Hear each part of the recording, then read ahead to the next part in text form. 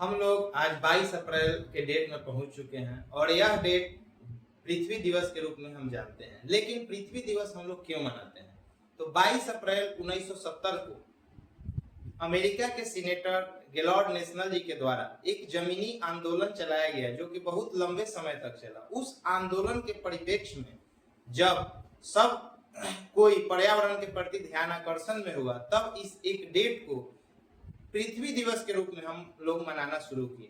तो पृथ्वी दिवस सिर्फ हम लोग को डेट में याद नहीं रखना है कि इस दिन फोटो खींच लेना है और उसके बाद एक पेड़ के पास फोटो खींच, नहीं, ऐसे नहीं काम चलेगा। अभी आज के डेट में आप लोग देख रहे हैं कि बिना मौसम सब चीज हो रहा है। ग्लोबल वार्मिंग के चलते हमारी पृथ्वी दिन प्रतिदिन गर्म होते जा रही है। इसको कम करने के लिए हमें पृथ्वी पर ज्यादा से ज्यादा मात्रा में पेड़ लगाना होगा और पेड़ लगाने से नहीं होगा, पेड़ का संरक्षण भी करना होगा, क्योंकि आप सभी जानते हैं कि पर्यावरण जो है हमारे लिए बहुत महत्वपूर्ण है और अगर पर्यावरण नहीं रहेगा तो पृथ्वी पर जीवन भी नहीं रहेगा। इसलिए पृथ्वी पर 33% कम से कम क्षेत्रफल के हिसाब से वन होना चाहिए, जो कि अभी आज के समय में बहुत कम हो गया है। सिर्फ सड़क, नेशनल हाईवे, स्टेट हाईवे बनने के लिए सिर्फ पेड़ों की सफाई होती जा रही है, लेकिन पेड़ कहीं भी नहीं लगाया जाता है। पेड़ जो लगाए जाते हैं सिर्फ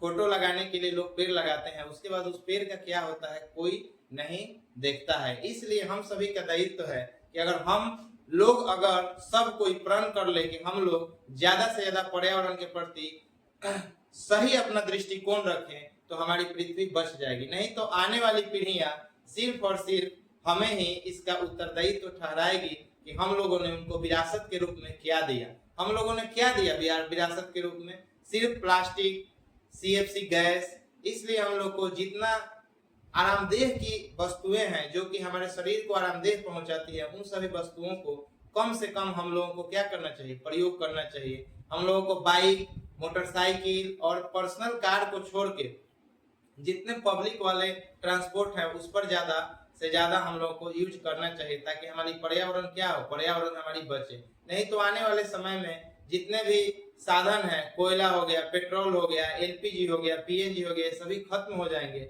और हम लोग कुछ नहीं कर पाएंगे और मानव सभ्यता खत्म हो जाएगी। जैसे सिंधु घाटी सभ्यता खत्म हो गई, मेसोपोटामिया की सभ्यता खत्म हो गई। हर सभ्यता अपने चरम अवस्था में, विकास के एकदम उन्नत अवस्था में रहती है, लेकिन उसके बाद वो सभ्यता में बहुत सारी पर्यावरण के प्रति जो भी चीजें होती है उसके परिप्रेक्ष्य में वो चीज खत्म हो जाती है। इसलिए हम सभी का दायित्व बनता है कि हम लोग का इतिहास न बने और सिंधु घाटी सभ्यता जैसा स्थिति न हो। इसलिए हम सभी को ज्यादा से ज्यादा पेड़ लगाना चाहिए और AC, कार, इन सब का बहुत कम उपयोग करना चाहिए। नहीं तो आने वाले समय में हम लोग पृथ्वी पर एकमात्र जैसे थार रेगिस्तान है वैसा हम लोग हो जाएंगे। इसलिए आप सभी से ये आग्रह है कि आज 22 अप्रैल के दिन कम से कम अपने एक पेड़ जरूर लगाएं और पेड़ को लगाने के बाद पेड़ का संरक्षण भी जरूर करें। नहीं तो पेड़ लगाने से नहीं होगा, पेड़ को बड़ा भला पोषण देना पड़ेगा, तब जाकर पेड़